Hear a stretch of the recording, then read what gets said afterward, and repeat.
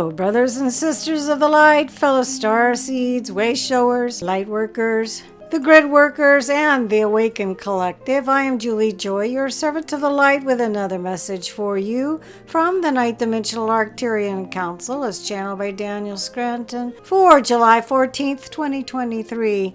And the title of this message is, Should Humanity Be Colonizing Mars? And they begin, greetings. We are the Arcturian Council. We are pleased to connect with all of you.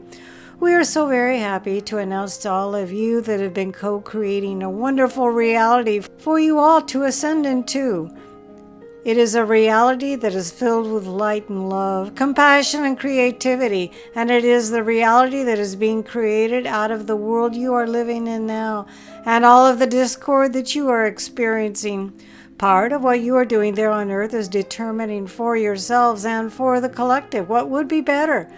You may not be able to agree on how to get to that better world, that better reality, but most people in your world today want peace, harmony, and people to be treated with respect. Most people want everyone to have enough food, clothing, shelter, clean water, and everything that they need to thrive. And that's where the majority of the creative energy is flowing to at this time.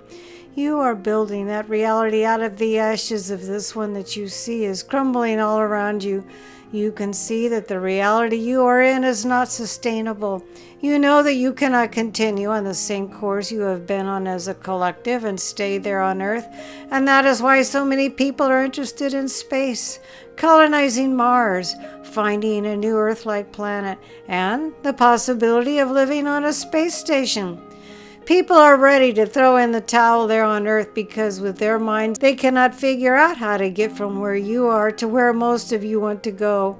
Of course, there are still those who are in positions of great wealth, power, and authority who want things to stay the way they are, but their numbers are small, and your numbers are large.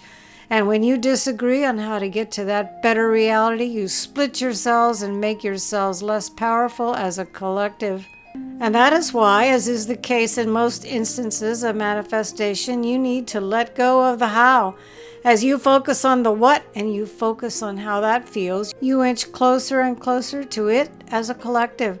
And just because your minds cannot figure out how to get to where you want to go doesn't mean that the path doesn't exist. It does. So much that you experience is beyond the level of comprehension of the physical mind, and yet you accept it as real and true. You must accept that this world that you are co-creating not only exists, but is also going to be easily accessible by all of you who are co-creating it. And you need to let go of the need to know how it's all going to happen. We know what the theories are. We have heard a bunch of them, and they make a lot of sense to a physical mind, but that makes people feel better for a moment because they think they know what it's going to be, how it's going to happen, what ascension will be like. You are living it right now. It is happening because you are looking around and noticing that there needs to be change on your world.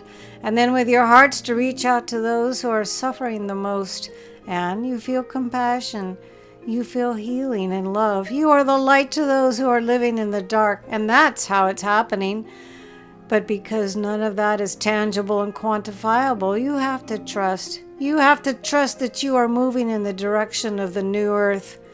The new reality you are co-creating all the time, and that everything you see outside of yourselves that is the opposite of what you want to be living is the fuel that keeps the fire burning inside of you to focus on the reality you want to be living.